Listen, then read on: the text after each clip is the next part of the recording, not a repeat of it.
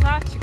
Они забыли, что есть народ вообще. В 86 году также молодежь вышла и боролась за независимость, боролась за то, чтобы у нас был казахский правитель.